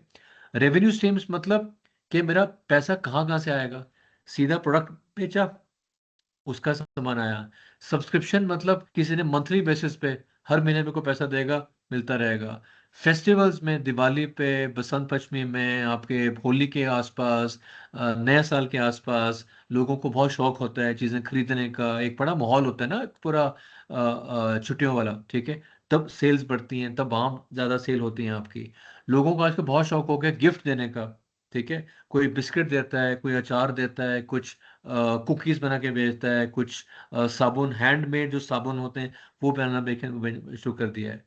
कॉस्ट स्ट्रक्चर क्या होता है, अब ये सारा करने में मेरे बेशक खर्चे कौन से हो रहे हैं, तो जो रॉ मटेरियल होता है वो खर्चा है मेरा, पैकेजिंग खर्चा है, पैकेजिंग से बहुत फर्क पड़ता है कि मेरा प्रोडक्ट बहुत अच्छा हो, लेकिन जो पैकेजिंग मतलब मैंने जिस पैकिंग कैसे करी है उसकी, बॉटल हो गया, एक डब्बा हो गया, डब्बा पतला सा है, गंदा सा बनाया हुआ है, कुछ उसमें ब्रांडिंग नहीं है, उससे बहुत फर्क पड़ता है। लॉजिस्टिक खर्चा हो गया कि मेरा बनाने का छोटा सा फैक्ट्री तो मेरी अल्मोड़ा में है, ठीक है। मुझे सामान दिल्ली पहुंचवाना है, तो अल्मोड़ा से दिल्ली का आने जाने का खर्चा, सामान पहुंचाने का खर्चा, लॉजिस्टिक खर्चा हो गया है। मार्केटिंग का खर्चा, मुझे सोशल मीडिया में ऐड डालनी है, यूट्यूब में स्टोरी सुनानी है, प्रमोट करना है, ठीक है, उसका खर्चा, ठीक है। मेरे 2-3 लोग हैं दुकानदार पे दुकान में, ठीक है। वो मेरा उसको आने जाने के लिए, दुकान को देखने के लिए 2-3 लोग हैं, उनकी सैलरी हो गई, उनका खर्चा हो गया, ठीक है। फिर की मैट्रिक्स आपको याद होगा, मैंने बताया होगा। तो आपको कैसे पता कि आपकी कंपनी ठीक चल रही है, कितना मैंने सामान बेचा, पिछले महीने कितने अचार बेचे, इस महीने अभी तक कितने बिके, पिछले महीने 28 तारीख तक मेरे 300 बोतलें बिक गई थी, इस महीने मेरे 28 तारीख तक 450 हो चुकी हैं, फिर तो बढ़िया है। 300 से 450 पहुंच गया, मतलब इस महीने का मेरा रन रेट अच्छा है, ठीक चल रहा है। रिपीट परचेज रेट मतलब कितने लोग बारी बारी आ रहे हैं। अचार तो एक ऐसी चीज है जो लोग रेगुलर खरीदते रहते हैं, तो अब ऐसा तो नहीं कि एक बार ही इंसान आया फिर से आया नहीं, मतलब उसको उसको पसंद नहीं आया, या तो पैकेजिंग खराब है, या टेस्ट खराब है, या फ्रेश नहीं है, या उसको मतलब उसको मज़ा नहीं आया। तो ये भी देखना बहुत ज़रूरी है कि कितने लोग बारी बारी आ रहे हैं, ठीक है। इनकम कैसे ग्रोथ हो रही है, ऑनलाइन क्या क्या मेरे, अगर वेबसाइट है कितने लोग मेरी वेबसाइट पे गए, डाउनलोड करा, देखा, वो सारे इंपॉर्टेंट है, ठीक है। सो ये सारी चीजें होती हैं हमारी इसकी वजह की। अब राइट मॉडल हमें कैसे पता कि हमारे प्रोडक्ट के लिए, सर्विस के लिए, हमारे बिजनेस के लिए हमारा मॉडल कौन सा होना चाहिए। बी टू सी, जैसे मैंने बोला, आपका नॉर्मली आपका कोई रिटेल का प्रोडक्ट है, कोई पेंसिल है, जूता है, कोई ऐसा है, फैशन हो गया, ठीक है, कपड़ा हो गया, खाने बुने का सामान हो गया है, ट्रैवल है, उसकी टिकट्स बेचनी है, ठीक है। ये आप बी टू सी भी कर सकते हो, डी टू सी भी कर सकते हो। नॉर्मली ये बी टू सी होती है, रिटेल का जितना सामान होता है उसमें बहुत सारा कस्टमर है, ठीक है, आपको एकदम से फीडबैक में मिलेगा, सेल जल्दी सेल हो सकती है। डी टू सी होता है डायरेक्ट टू कस्टमर, आपका पूरा, जैसे मैंने पहले बताया, पूरा कंट्रोल, रिमोट कंट्रोल आपके हाथ में है, ठीक है। कितना पैसा चार्ज करना है, कोई बीच में किसी को कमीशन नहीं देनी है आपको, ठीक है। ये आपके कंज्यूमर गुड्स हो गए, जैसे आपका मोबाइल बेच सकते हो, आप टीवी खरीद सकते हो, इसमें कर सकते हो। वेलनेस प्रोडक्ट्स होते हैं आपके, ठीक है, अपैरल कपड़े हो सकते हैं, ये आपके डी टू सी में आते हैं। बी टू बी मैंने आपको बताया, direct business to business, manufacturing, ठीक है। बटन, मैंने, मेरी कंपनी फैक्ट्री बनाती है बटन। बटन किसको बेचूंगा, एक कंपनी जो बनाती है शर्ट, तो उसने मेरे से बटन खरीदा, बटन लगाया शर्ट में, कपड़े पे पूरा बनाया, आगे बेच दिया, ठीक है।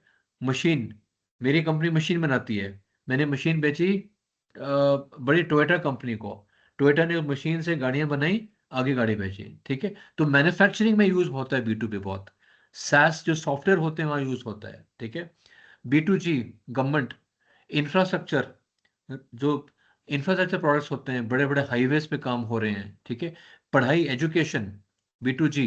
क्यों, मेरी कंपनी, जैसे हम लोग क्या, मेरी कंपनी एंजल ब्लू है, हम लोग गवर्नमेंट के साथ बहुत सारा काम करते हैं, तो हम गवर्नमेंट के स्कूल्स में, कोई भी हमारा छोड़ो, आप किसी गवर्नमेंट के स्कूल में पढ़ाते हो तो आप गवर्नमेंट के लिए काम कर रहे हो, ठीक है ना। प्रोग्राम रन करते हो, वर्कशॉप रन करते हो, कोई मास्टर क्लास की सीरीज रन करी आपने, वो गवर्नमेंट का है। आप डिफेंस के लिए, आपको डिफेंस के लिए काम कर रहे हो, मिलिट्री के लिए, आर्मी के लिए, एयरफोर्स के लिए, नेवी के लिए, ठीक है, वो गवर्नमेंट हो गया। ठीक है। तो पब्लिक टेक्नोलॉजी मतलब आपने सपोज देहरादून में कोई तूफान आया कल को, जो सारे बस शेल्टर थे, बस स्टैंड थे सारे, वो खराब हो गए, उनको देहरादून को उत्तरांचल गवर्नमेंट को फिर से कॉन्ट्रैक्ट निकालना है, तो आपकी कंपनी क्या करेगी, बस शेल्टर को ठीक करेगी, उसके लिए काम करेगी। ठीक है, तो जितना पब्लिक का जो होता है वो इंफ्रास्ट्रक्चर, उसके लिए काम करना। हाइब्रिड हो गया, आपका इलेक्ट्रॉनिक्स हो गया। ठीक है, आप ऑनलाइन भी बेचते हो, शोरूम के थ्रू भी बेचते हो, फैशन कपड़ा आप उसके ऑनलाइन भी बेच सकते हो, फ्लिपकार्ट के थ्रू, मिंत्रा के थ्रू, आपके स्टोर के थ्रू बेचना है, तो वो आपको देखना है। ब्यूटी प्रोडक्ट्स, नायका आपने नाम सुना होगा। ठीक है, वो उनके बहुत सारे मॉडल्स हैं, ऑनलाइन ऑफलाइन स्टोर के थ्रू। अब नायका का क्या है, नायका का अपना शोरूम भी है, वो दूसरों के शोरूम में बेचते हैं, वो ऑनलाइन भी बेचते हैं। ठीक है, वो सारे तरीकों से बेचते हैं, उनकी सेल्स बढ़ रही है उनकी। ठीक है, सो अगर इस फिर से देखा जाए, फूड प्रोसेसिंग, जहां पर फूड है, खाने का सामान है, आप B2C भी कर सकते हो, D2C भी कर सकते हो। जहां पर आपका हैंडलूम हो गया, हैंडीक्राफ्ट सर हो गए, ऐसा वो आप B2B भी कर सकते हो, बना के एक और कंपनी को बनाओ, वो ठप्पा लगा के आगे बेचे, या मार्केट प्लेस में बना सकते हो, एक प्लेटफॉर्म बनाया, वहां पे आप फ्लिपकार्ट जैसे प्लेटफॉर्म बेच सकते हो। Home stay and tourism aggregator कर सकते हो, एक सिंपल नाम हो गया आपका। एग्रीकल्चर या उसके जैसे प्रोडक्ट हो गए, हाइब्रिड कर सकते हो आप।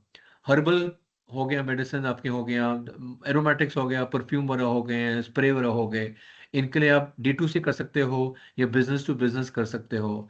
सर्विसेज रिटेल सिमिलरली B2C कर सकते हो, है ना। जैसे अब देहरादून में एक क्राफ्ट स्टूडियो है, देहरादून क्राफ्ट स्टूडियो है, ठीक है, वो B2C भी करता है स्टोर के थ्रू, और अपना मार्केट बेस के थ्रू कर सकता है। ठीक है, तो जो इसमें से अगर देखा जाए, हमारे पास टाइम अभी है, हाँ टाइम है, तो देखा जाए हमारी लर्निंग्स क्या है। सबसे इंपॉर्टेंट चीज है कि आप जो मर्जी कर लो, बिजनेस शुरू करने से पहले आपके पास एक मोटा माटा एक उसकी नींव खड़ी करनी बहुत जरूरी है। एक बिजनेस मॉडल जो है ना, लीन कैनवस था, क्लैरिटी चाहिए कि मुझे B2C करना है, डायरेक्टली बेचना है, एक शोरूम के थ्रू, स्टोर के थ्रू, मार्केट के थ्रू, या डायरेक्टली D2C करना है, कौन सा मॉडल यूज करना है ना। नंबर 2, मॉडल्स अपने बिजनेस के हिसाब से, एरिया के हिसाब से चूज करना है। ठीक है, मैं तीसरा पॉइंट, मैं चाहता हूं कि मेरा कंपनी बहुत बड़ा 50 करोड़ 100 करोड़ का हो, लेकिन धीरे धीरे, एक कदम, दूसरा कदम, 50,000 से 1 लाख, 2 लाख, 5 लाख, 10 लाख, फिर 15, 50, 100, ऐसे करते करते बड़ा एक सोच होनी चाहिए, सोच बड़ी रखो। ठीक है, लेकिन धीरे धीरे आगे चलो, एक कदम, अगला कदम, अगला कदम, ऐसे चलते रहो। ठीक है, पैकेजिंग से ट्रस्ट आता है, बिकॉज वो कहते हैं ना, जो दिखता है वो बिकता है। आप सबने कहावत सुनी होगी, जो दिखता है वो बिकता है। तो जो आपका जो प्रोडक्ट है, प्रोडक्ट तो तेल है सपोज, तेल तो अच्छा होना चाहिए, तो तेल को पैकेजिंग कैसे कर रहे हो, जो बॉटल होनी चाहिए वो एक बढ़िया होनी चाहिए, अट्रैक्टिव होनी चाहिए, अच्छी ब्रांडिंग, रंग बिरंगी उसके प्रोडक्ट के हिसाब से। ठीक है, बिस्किट है, अगर मुझे बिस्किट में बना रहा हूँ टाइगर से, या मुझे पार्ले जी से compete करना है, उसके अगेंस्ट जाना है, तो मुझे बिस्किट अच्छा होना पड़ेगा, लेकिन उसका बिस्किट का पैकेटिंग, उसका उसका पैकेजिंग, उसका कलर, सो पैकेजिंग से भी भरोसा आता है, ट्रस्ट आता है। अगर मेरा पैकेजिंग, बिकॉज तेल खरीदने से पहले मैं पैकेट देखूंगा उसका, पहले बॉटल देखूंगा, बॉटल से तेल निकलेगा, राइट। ठीक है, बिस्कुट खरीदने से पहले बिस्कुट ऐसे तो नहीं बिकता, एक पैकेट में बिकता है, तो पहले मेरी नज़र पैकेट पे जाएगी। अगर मुझे पैकेट ही पसंद नहीं आएगा तो मैं पैकेट क्यों खोलूंगा। तो पैकेजिंग से बहुत फर्क पड़ता है आपका। लोकल मार्केट्स को पहले फोकस करो। मैं अगर देहरादून में हूँ, सीधा जरूरत नहीं कि देहरादून, सीधा मैं कोशिश करूँ कि मुझे दिल्ली में बेचना है, बम्बई में बेचना है, हैदराबाद बेचना है। लोकल मार्केट्स, देहरादून तो आसपास देहरादून के मार्केट, उत्तरांचल, अल्मोड़ा, सॉरी आपका रुड़की, आपका अल्मोड़ा, पूरा उत्तरांचल, फिर वहां से यूपी, फिर पूरा पंजाब, हरियाणा, धीरे धीरे एक्सपैंड करो। बड़ी सोच रखो, लेकिन एक एक करके आगे चलते रहो। कोऑपरेटिव्स, उससे क्या होता है, आपकी बार्गेनिंग पावर, नेगोशिएटिंग पावर, आप वो कहते हैं ना, आप नेगोशिएट करना है उसको, वो आपसे आपकी स्ट्रांग होती है। ठीक है, वीकली एक्शनेबल मतलब हर रोज प्लान करके चलो, इस हफ्ते मुझे क्या करना है, अगले हफ्ते मुझे क्या करना है। ठीक है, सिंपली बोलोगे कि मुझे एक साल में 20 लाख का सेल करना है, लेकिन कैसे, डिवाइड करो उसको, पहला हफ्ता, एक हफ्ते में क्या करना है, 2 हफ्ते में क्या करना है, एक महीने में क्या करना है, 3 महीने में क्या करना है। ठीक है, धीरे धीरे। चौथा सबसे इंपॉर्टेंट पॉइंट, ट्रस्ट या रेवेन्यू। पहले कस्टमर्स का भरोसा जीतो। भरोसा जीतोगे तब जाके आपको उसका रेवेन्यू मिलेगा। अगर कस्टमर को आपके ऊपर भरोसा नहीं होगा तो वो आपका प्रोडक्ट नहीं खरीदेगा। रेवेन्यू मतलब सेल। सेल मतलब मैं कस्टमर हूं, मैंने आपका प्रोडक्ट खरीदा, लेकिन आपका प्रोडक्ट खरीदने से पहले जब तक मेरे को आपकी कंपनी के ऊपर आपके ऊपर भरोसा नहीं होगा मैं नहीं खरीदूंगा। तो मेरे ख्याल से ये कुछ चीजें हैं जो बिजनेस मॉडल, जो अगर पहला सेट पे जाओ, क्या करना है, कब करना है, कैसे करना है, ये बहुत इंपॉर्टेंट है। ठीक है, ये कुछ था हमारे एंजल ब्लू कंपनी के बारे में, हम लोग क्या क्या करते हैं, ये मैं बाद में कहूँगा। तो ये था, ये मेरा लिंक्डइन प्रोफाइल है, अगर आप में से कोई लिंक्डइन पे है हम लोग कनेक्ट कर सकते हैं। मेरा ईमेल आईडी भी दिया है, मेरा फ़ोन नंबर भी दिया है।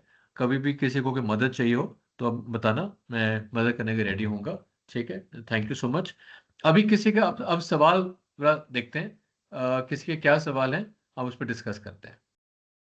कोई सवाल बिजनेस मॉडल को लेके, लीन कैनवस को लेके, B2C करना है, कब क्या करना है, कैसे करना है, आप अब इस पर डिस्कस करते हैं। हमारे पास टाइम है आधा घंटा, उस पर आराम से विचार करते हैं अभी। दीपक जी आपका हाथ आ रहा है उसमें, दीपक सोयाल। जी जी नमस्कार सर। हाँ नमस्कार। काफी अच्छा कार्यक्रम था आपका हाँ सर। जी, थैंक मैं यू। नैनीताल से हूँ हाँ और जी। मैं पिछले 15 साल से अपना काम कर रहा हूँ। हाँ जी, जी जो आपका बताने का जो तरीका था सर बहुत अच्छा था। थैंक और यू। बिजनेस के लिए मैं देखिए आप लगभग चीजें आप बता चुके हैं। हम्म। सबसे मतलब हमारे साथ जो पहाड़ पे जो दिक्कत आती है, मार्केट की बहुत बड़ी दिक्कत आती है। बिल्कुल सही। लोग ट्रेनिंग लेते हैं और चीज को शुरू कर देते हैं। जैसे अभी मशरूम का बहुत अच्छा चल रहा है, ठीक है। मशरूम की खेती। हाँ हाँ। तो सर हमें जो दिक्कत आती है उसकी मार्केट की दिक्कत आती है। और भी जो चीजें मतलब कोई भी चीज हम खुद जो है बनाते हैं तो बेचने का सबसे बड़ी दिक्कत आती है। ठीक है। और साथ ही आपने जितनी भी चीजें बताई, आज जीत उस आदमी की है जो किसी भी चीज को जड़ से पकड़े। बिल्कुल ठीक, बिल्कुल सही बोला। अगर हम चीजों को जड़ से पकड़ें तो हो सकता, जो काफी लंबे पुराने टाइम से आजकल हम देख रहे हैं, नए युवा पुराने लोगों को कई मायने में पीछे छोड़ रहे हैं। बिल्कुल ठीक। दूसरा ये है सर कि पहाड़ का जो है सिचुएशन, मतलब मार्केट और हमें जो खर्चे बहुत बढ़ जाते हैं सर यहाँ पे काम करने में। और बाकी बिजनेस एक ऐसी चीज देखी, इसमें हर दिन कुछ ना कुछ व्यक्ति सीखता है। साथ ही जो है मतलब होता क्या है ना, वैसे हम किताब भी पढ़ते हैं, कोई समझाता भी है, लेकिन जब डायरेक्ट हमारे सामने कस्टमर होता है ना, तो वो बहुत कुछ सिखाता है। बिल्कुल सही। बहुत सही, तो बहुत सही बात करी मतलब आपने। हाँ, मतलब वो किताबी मतलब वैसे अच्छी बात है, किताब से ज्ञान बहुत अच्छा है, लेकिन जब हम लोग धरातल पे काम करते हैं तो उस पे फिर बात कुछ और होती है। बिल्कुल सही, बिल्कुल सही। और हर दिन कुछ ना कुछ सिखाता है, हर कस्टमर कुछ ना कुछ सिखाता है। बहुत जरूरी है, तो बहुत बहुत सही बात। आई थिंक मैक्सिमम जो हाँ, हमारा तो सर लर्निंग लेकिन होता है आपका वो। जो हाँ। आपने जो सारी चीजें बताई, वो मुझे नहीं लगता कि जैसे एमबीए करके कोई काम करता है ना, जितना भी जो भी आपने इतने कम समय में जो कुछ बताया, मतलब वो किसी मतलब आपके ये जीवन का पूरा सार बता दिया है। पिछले 15 साल से मैं भी व्यापार कर रहा हूँ, बिजनेस कर हाँ रहा जी। हूँ। हाँ मुझे जी। ये लगता कि आपने कहीं कोई कसर नहीं छोड़ी है। चीजें आती हैं, सारा लगभग आप बता चुके हैं और चलो बहुत अच्छा बताया सर आपने, बहुत चलो सुंदर। Thank you Deepak ji, thank ठीक यू, है, बहुत नमस्कार। बहुत बहुत हाँ, बहुत लेकिन सर धन्यवाद। हमें हाँ जी। मार्केट का थोड़ा एक दिक्कत आती है बस हमें, और बाकी तो कोई ऐसा कुछ नहीं। बाकी तो अपना टैलेंट है, आदमी कैसे कौन काम कैसे कहाँ निकाल लेता है। हाँ जी। हाँ काम जी। तो निकलते रहता है ना। हाँ हमें जी। तो हाँ जी। समस्या तो आते रहेगी, समाधान जो है ढूंढना है। सो देखो किसी भी वो तो चीज का ना, जैसे मैंने समस्या तो बताया। चलते रहेंगी।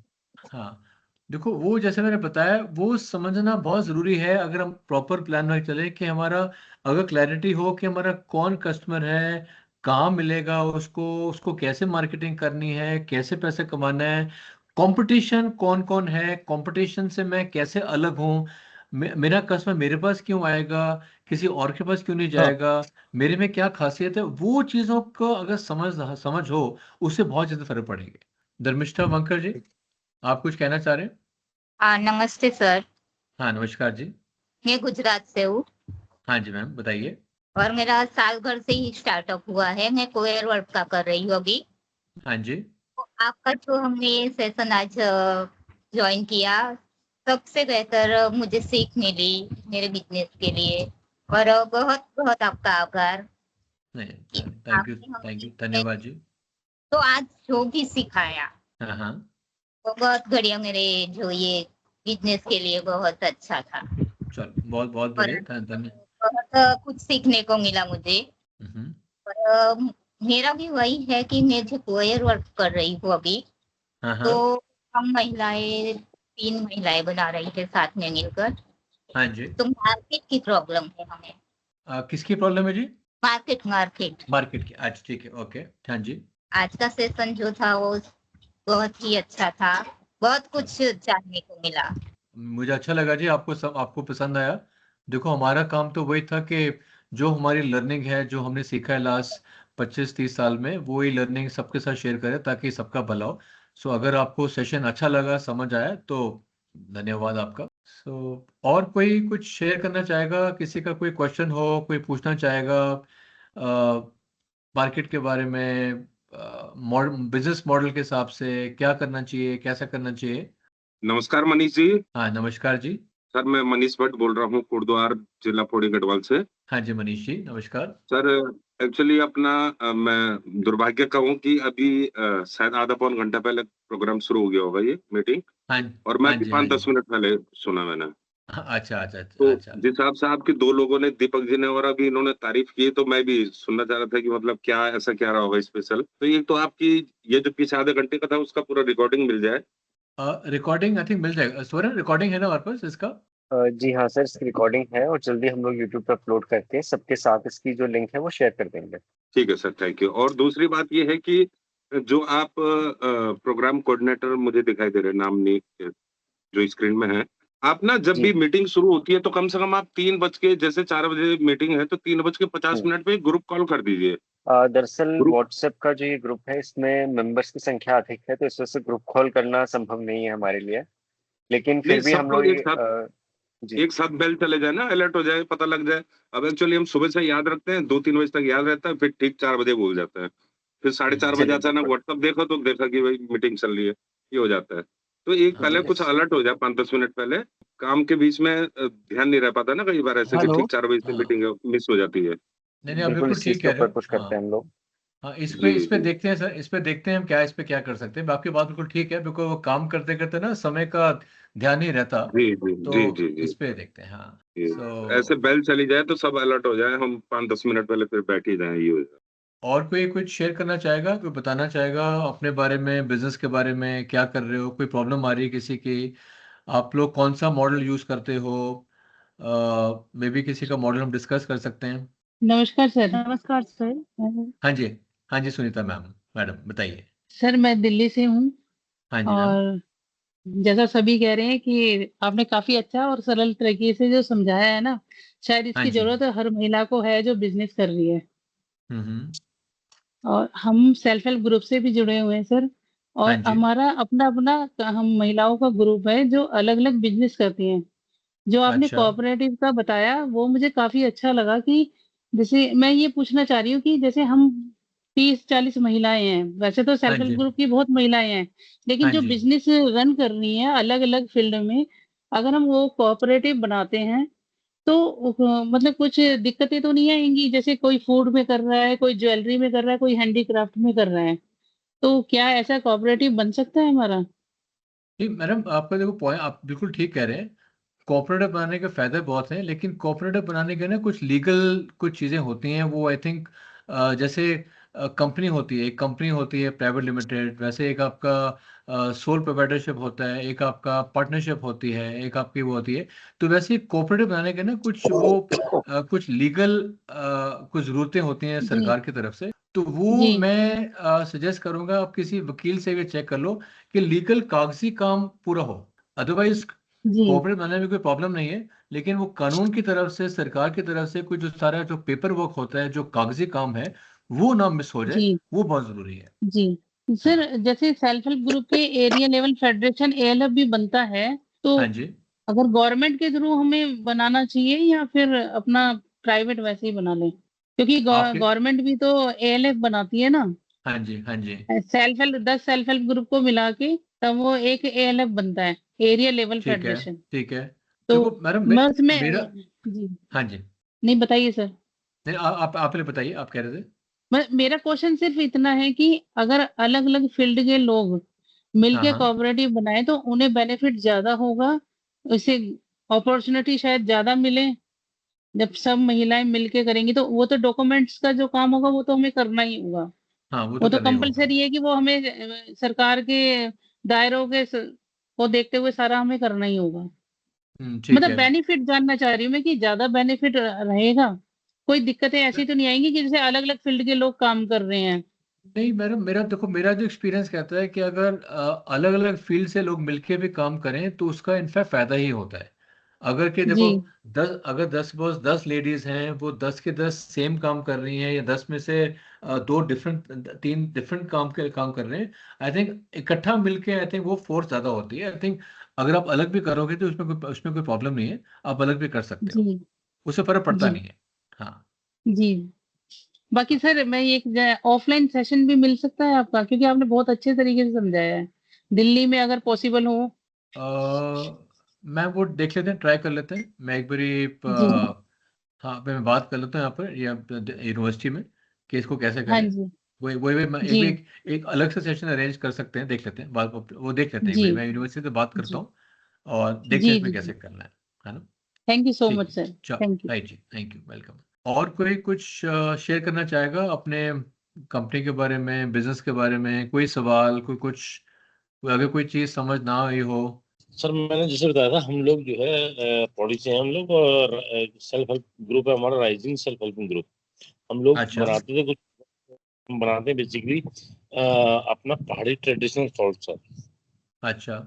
और इसके अलावा हम लोग चटनी बनाते हैं, हैंडमेड सोप बनाते हैं, क्या कहते हैं, और भी कुछ चीजें बनाते हैं, दंत मंजन बनाते हैं। ठीक है। और वो कृपा सर हमको सबको आता है सर। लेकिन हम लोग जो है 2022 से कर रहे हैं इस काम को। इवन सॉल्ट हम 8 तरह के बनाते हैं, जिनमें 3 बार तो प्रभु की कृपा से हमारे माननीय प्रधानमंत्री को भी चला गया सर, है ना। लेकिन अभी तक मैं ये समझ सर, जैसे मैं चाहता हूँ B2B में इसे लेके जाता हूँ। B2B में जाता भी है, बल्कि हाउस हिमालय जो हमारा ब्रांड है गवर्नमेंट का, वहां जाता है, एक आध जगह और जाता है। लेकिन हमें मतलब जो सोच के हमने कह रहा था वो अभी तक हमें वो सफलता मिल नहीं पा रही। तो मेरे को समझ में ही नहीं आया अभी तक, हम लोगों को समझ में नहीं आ पा रहा कि B2B में कैसे लेके जाए, और D2C को किस तरह प्रमोट करा जाए। अब प्रमोट करने के लिए जैसे हम ऑनलाइन की बात करें तो उसमें भी सर आपको पता है, फेसबुक इंस्टाग्राम पे ऐड चलाने, जब ऐड चलाते हैं तो उसके लिए फंड्स की आवश्यकता है। या हम बात करते हैं अमेजन, फ्लिपकार्ट, वो लोग भी सर पैसे चार्ज करते हैं सर। हम्म। अगर हम लोग चाहते हैं कि कैसे, मतलब अगर हम कहाँ अपने B2B में कहाँ और कहाँ इसे देख सकते हैं, अगर सॉल्ट की बात करें B2B में कहाँ प्रमोट कैसे करा जा सकता है सर इसे। आपका सर, मैं बीच में आवाज सुनी नहीं आपके, आपका प्रोडक्ट क्या है, आप क्या बनाते हैं। हम लोग सर हैंडमेड ट्रेडिशनल जो हमारा सॉल्ट था उत्तराखंड का, सॉल्ट, नमक। और हाँ, नमक बनाते हैं, सिलबट्टा नमक। और सिलबट्टा नमक प्रभु की कृपा से जितने इंग्रेडिएंट, हम लोग वो पहले लोग हैं जिन्होंने उत्तराखंड के नमक को बताया कि इसकी न्यूट्रिशन वैल्यूज भी हैं। और उसको ड्राई फॉर्म में ले, हमारे यहाँ गीला नमक बनता था, हम ड्राई फॉर्म में लाने वाले हम ही लोग पहले लोग हैं सर। और जितने हम्म इंग्रेडिएंट के साथ हम लोग काम करते हैं उसमें भी सर हम इकलौते हैं सर। मतलब अगर हम किसी को बताते भी हैं सर ऐसे ऐसे, तो ये सब चीजें हैं सर। दूसरा क्या है, हम हमारा मोटिव भी ये है कि लोगों के डाइनिंग टेबल से जो भी चाट मसाला या जो सॉल्ट यूज करते हैं उसे रिप्लेस करें, और अच्छी चीज से हम्म जिसके हेल्थ बेनिफिट भी है सर। हम्म। सॉल्ट ही कह रहा, सॉल्ट को ही कह रहा सर, मोदी जी को, हमारे प्रधानमंत्री जी को भी 3 बार जा चुका है सर ये। लेकिन उसके बावजूद भी हमें लगता है हर आदमी पसंद हर एक को आता है, लेकिन सर उस तरह से हम लोगों को सफलता नहीं मिल पा रही सर इस काम में। इसके अलावा हम लोग सर हैंडमेड सोप साबुन भी बनाते हैं सर, 7-8 तरह के चटनी अच्छा बनाते हैं, बनाते हैं। लेकिन उस तरह से सफलता नहीं मिल पा रही या मार्केट नहीं मिल पा रही। तो हम चाहते हैं कि B2B में किस तरह जाएं। तो B2B के लिए भी कोई बहुत ज्यादा प्लेटफॉर्म मिल नहीं पा रहे सर। सर, ऐसा है देखो, आपकी अगर मैं हैंडमेड आपके घर के बने हुए सोप साबुन की बात करता हूँ, उसमें तो आजकल देखो, इसमें आप अभी डिपेंड करता है आप क्या करना चाहते हैं। आप अपना ब्रांड बना के बेचना चाहते हो, वो फिर हो जाएगा आपका B2C और D2C। ठीक है। अगर आप अपना अगर आप अगर आप चाहते हो कि आप सिर्फ सोप बना के, अच्छा क्वालिटी है, किसी बड़ी कंपनी को बेच दो, बिकॉज आजकल क्या होता है, जैसे बहुत सारी कंपनी क्या करती हैं, उनका वो उनके नाम से सामान जाता है।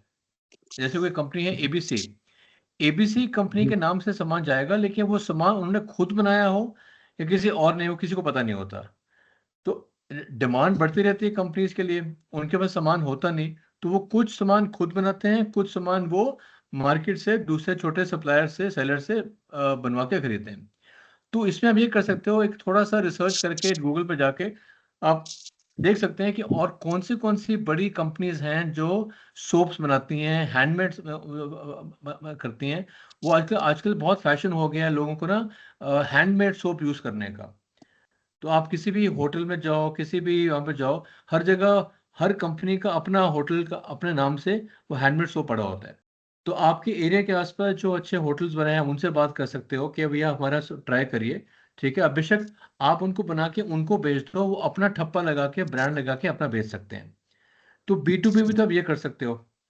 अगर आपको अपना ब्रांड बनाना है, सपोज आपका ब्रांड है ABC, अब आपको अगर ABC ब्रांड बनाना है, फिर आपको एक नया चैनल बनाना पड़ेगा कि दुकानों में कैसे बेचा जाए और डायरेक्ट D2C कैसे बेचना है। D2C में पैसा बहुत खर्च होता है, कमाई ज़्यादा होती है क्योंकि उसमें बीच में कोई स्टोर नहीं होता, कोई एजेंट नहीं होता, कोई दुकान नहीं होती। लेकिन शुरू में digitally online, social media online बेचने में पैसा बहुत खर्च होता है, ठीक है। तो वो फिर आपको देखना पड़ेगा कि कितना पैसा खर्चना है, बिकॉज शुरू में पैसा खर्चेंगे तभी जाके आपको बाद में रिटर्न आएगा सेल्स का। नहीं तो आप 2-3 दुकानों में शुरू करो, उनसे बात करो, उनका कमीशन बढ़ा दो। बिकॉज क्या होता है ना, जो दिखता है वो बिकता है। अगर कोई बड़ा स्टोर भी है, ग्रोसरी स्टोर है, कोई होलसेल स्टोर है, वहां पर आपने उनको साबुन अपना बेच तो दिया, लेकिन उन्होंने अगर अपना साबुन आपका के पीछे रख दिया किसी शेल्फ में, उसका कोई फायदा नहीं है।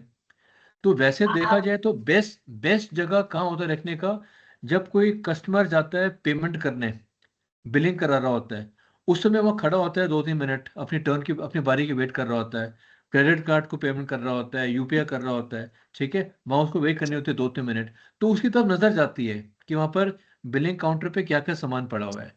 तो बेस्ट तरीका तो वो होता है कि अगर आप किसी तरह दुकानदार को उसको कन्विंस करके, उसको मना के कि भैया तेरे को मैं शुरू में हायर ज़्यादा मार्जिन दूंगा, ज़्यादा कमीशन दूंगा, तो मेरा सामान, मेरा जो हैंडमेड सोप है मेरी कंपनी का, उसको वहां पर बिलिंग काउंटर पे रख।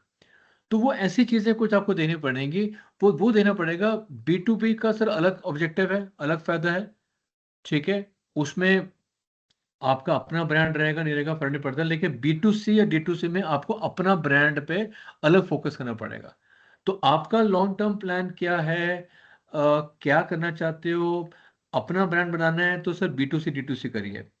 अगर आप, ठीक है, पैसे कमाने हैं, अच्छा सामान बेच के, किसी बड़ी कंपनी को बेच के, उसके ब्रांड, उसका ठप्पा लगा के वो बेचना चाहता है, तभी पैसा तो कमा रहे हो, वो ठीक है। तो वो सर आपको देखना पड़ेगा कि आपको अपना ब्रांड बनाना है या किसी और के ब्रांड के थ्रू अपने सामान बेचना है। वो सारा थोड़ा आपको तो देखना पड़ेगा। आज की तारीख में सर हम ये चाहते हैं कि जब तक फंड्स नहीं होते तब तक तो हम तो कोशिश ये कर रहे हैं B2B में चले जाएं, जैसे सॉल्ट भी, ये सब चीजें हम तो हाँ जी, B2B में ज्यादा हाँ। B2B ही करना चाहते हैं ज्यादा, क्योंकि जब तक अपने पास फंड्स नहीं हो तब तक D2C कैसे करेंगे अच्छी तरह से सर। नहीं, बात तो सही है, बात तो सही है, लेकिन वो है ना सर, शुरू में सारा सेम इकट्ठा, शुरू में सारे चैनल इकट्ठा करना, वो ठीक नहीं रहेगा, वो मुश्किल होएगा। या तो आप शुरू में B2B को चूज करिए या B2C D2C चूज करिए, ठीक है ना। D2C में आप, अगर आपको लगता है कि शुरू में ज़्यादा पैसा चाहिए है खर्चने के लिए, इतना पैसा कि अभी इतना नहीं है अवेलेबिलिटी, ठीक है, तो आप B2C शुरू करिए, प्रोडक्ट बनाइए, ठीक है।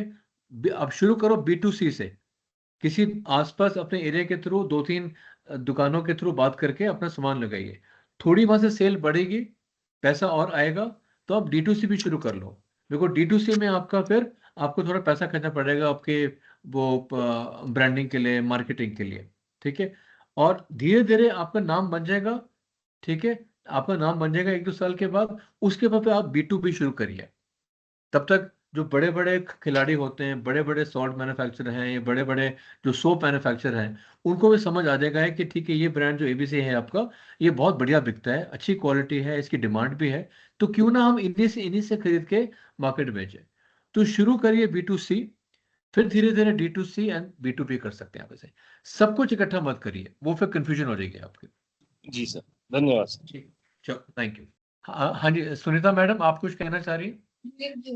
हाँ जी हाँ सर, जी। मैं ये कहना चाह रही हूँ कि sir national union of India NCI जो है अपना मार्केट प्लेस प्लेटफॉर्म तैयार कर रहा है, जिसमें कि सारी SHG की महिलाएं हों जिनके प्रोडक्ट वो बल्क में लेंगे।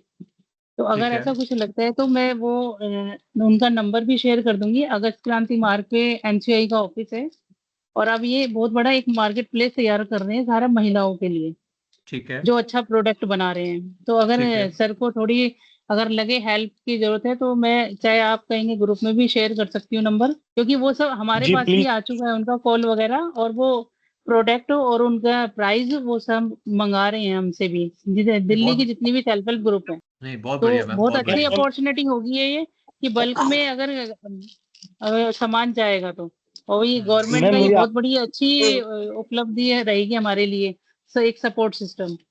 आप नहीं, प्लीज बहुत बढ़िया अपना मैम। नंबर दीजिए। हाँ, और अमेजोन पे भी ऐसा ही हो रहा है सर। अमेजोन सहेली या अमेजोन कारीगर पे आप अपना फ्री ऑफ रजिस्ट्रेशन करा सकते हैं, जिससे कि आप अपना ऑनलाइन भी सेल कर सकते हैं। ठीक है। बहुत प्लेटफॉर्म मैम अब तैयार किए जा रहे हैं। और कोई सवाल कुछ करना चाहेंगे? सो ठीक है, तो स्वर्ण, आई थिंक अगर और नहीं है तो आई थिंक वाइंड अप कर सकते हैं हम। बिल्कुल सर। और मैं जो हमारे साथ में जुड़े हुए हैं सेल्फ हेल्प ग्रुप और जितने भी बिजनेसेस हैं, उन सबको एक बार ये चीज़ फिर से बताना चाहूँगा कि अभी अगले 15 दिनों के अंदर हमारी तरफ से आप सबको कॉल्स जानी शुरू होंगी।